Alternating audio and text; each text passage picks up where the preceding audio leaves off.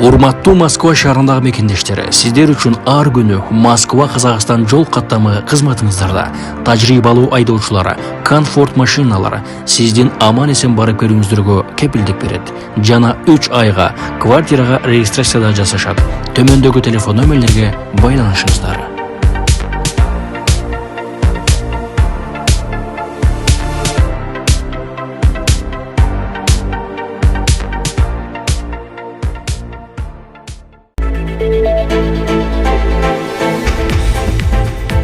Жеңишбек Токторбаев камалып жаткандар дежурный саясатчылар. Эл өкүлү Жеңишбек Токторбаев парламенттин бүгүнкү жыйынында кесиптештердин массалык камоолор боюнча айткан сындарына каршы пикирин билдирди.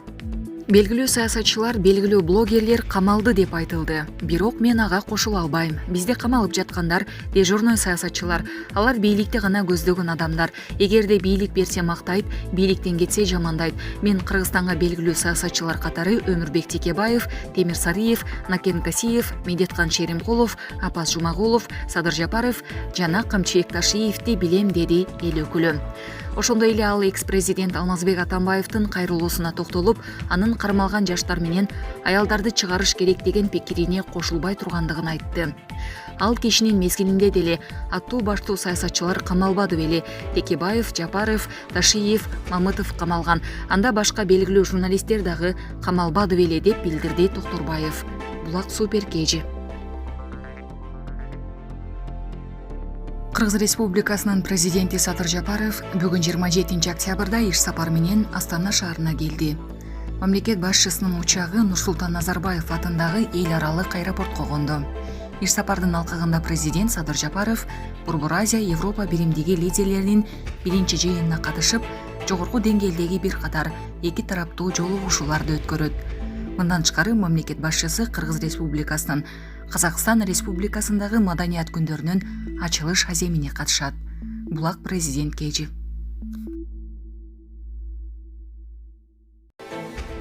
$7 миллионунчу жакшылык уда төрөлгөн кыздын ата-энесине 200 000 сомдук сертификат тапшырылды.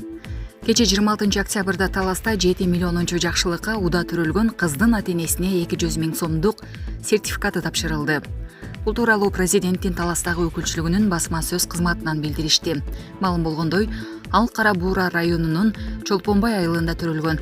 Ымыркайдан президенттин Таластагы өкүлү Бакытбек Нарбеков кабар алды.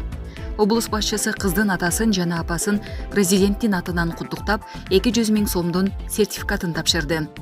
Буга чейин жубайлардын бир кыз, бир уулу болгон. Ал эми 7 миллионунчу жаран Баткен облусунун Кызылкая шаарында 19 октябрда түнкү саат 2:10 төрөлгөн.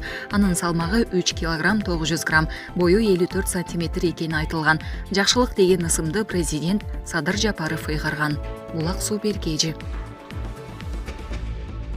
Путин КМШ алкагындагы кооптуулуктар туурасында айтты. КМШнын алкагында Эгил Аль-Каида жана башка террордук топтордун коркунучу азайбай жатат. Бул тууралуу Россиянын президенти Владимир Путин КМШга мүчө өлкөлөрдүн коопсуздук жана атайын кызматтарынын жетекчилери менен жолугушуусунда айтты. Террордук топтор КМШ өлкөлөрүнө кирип, мыйзамсыз ячейкаларын төптөгө аракет кылып жатат. Ал эми Афганистанда, өзгөчө Борбор Азия менен чектешкен республикаларда согушкерлердин топтолушу, ал аймакка кирип баруу боюнча олуттуу коркунуч жаратууда, деди ал. Биздин жалпы милдет элибизди болушунча коргоп, КМШнын аймагында туруктуулук менен тынчтыкты бекемдөө, акыркы 10 жылдын ичинде өнөктөштүктүн үлгүсү болгон өз ара пайдалуу интеграциялык процесстерди өнүктүрүү да маанилүү, деген Россия президенти. Путин алдыга койгон аткара турган милдеттердин бири шериктештик мамлекеттеринин ички ишине кийлигишүү аракеттерине биргелешип каршы туруу экенин белгилеген. Анын айтымына караганда, чет элдик атайын кызматтардын жалпы КМШда жана ага мүчө өлкөлөрдө туруксуздуктун өрөөнүн себүүгө болгон аракеттерине бөгөт болуп, бетин ачуу зарылдыгын айткан. Террорчулук менен макулдашылган системалык күрөштү улантуу зарыл. Акыркы учурда бул багытта оң динамика бар. Шериктештиктин бардык өлкөлөрүндө терактыларды кошкондо террорчулук боюнча кылмыштар азайган деп белгиледи ал. Путин олуттуу кооптуулуктарды Украинадагы курал боюнча мыйзамсыз базар жаратып жаткандыгын айтты. Анын аткезчилигине башка аймактарда улут аралык кылмыштуу топтор да катышууда. Кеп ок чыгарган эле куралдар туурасында болуп жаткан жок. Кылмышкерлердин колуна жабырлантуучу кубаттуу куралдардын, анын ичинде ташып жүрө турган аткан жерине так тийген зениттик ракеталык комплекстердин тийип калуу кооптуулугу бар деген президент. Игл Кыргызстанда, Россияда жана башка мамлекеттерде ишмердүүлүгүнө тыюу салынган уюм. Аль-Каида Кыргызстанда, Россияда жана башка мамлекеттерде ишмердүүлүгүнө тыюу салынган уюм. Булак Спутник KG. АКШ Европада жаңы ядролук куралдарды мүмкүн болушунча тезирээк жайгаштырууну чечти. Саясий кырдаалдын оорчулугунан улам АКШ Европада Б-61 12 тактикалык абадан учурулган жаңы ядролук бомбаларды жайгаштырууну тездетүүнү чечти. Алар өстүздөгү жылдын декабрына чейин европалык аба базаларынан пайдаланууга даяр болот. Бул тууралуу Политика гезити өкмөттөгү булактарына таянуу менен билдирди. Вашингтондун европалык союздаштары америкалык куралдарды мүмкүн болушунча тезирээк модернизациялоо идеясынын демилгечиси болгондугу белгиленген.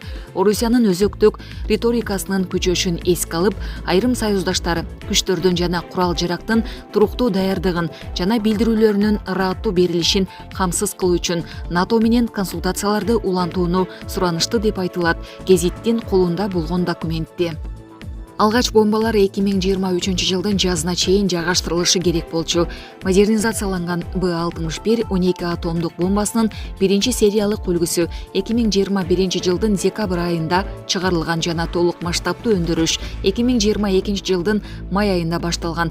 Модернизациянын натыйжасында бомбанын кызмат кылуу мөөнөтү кеминде 20 жылга көбөйөт. Эске салсак, буга чейин Норвегиянын мурдагы тышкы иштер министри Ине Эриксен Срейди Орусиянын Арктикадагы аракеттерин, анын ичинде деңиз базаларын калыбына келтирүүнү жана коргонуу системасын кайра бошотууну НАТО үчүн чакырык деп атаган.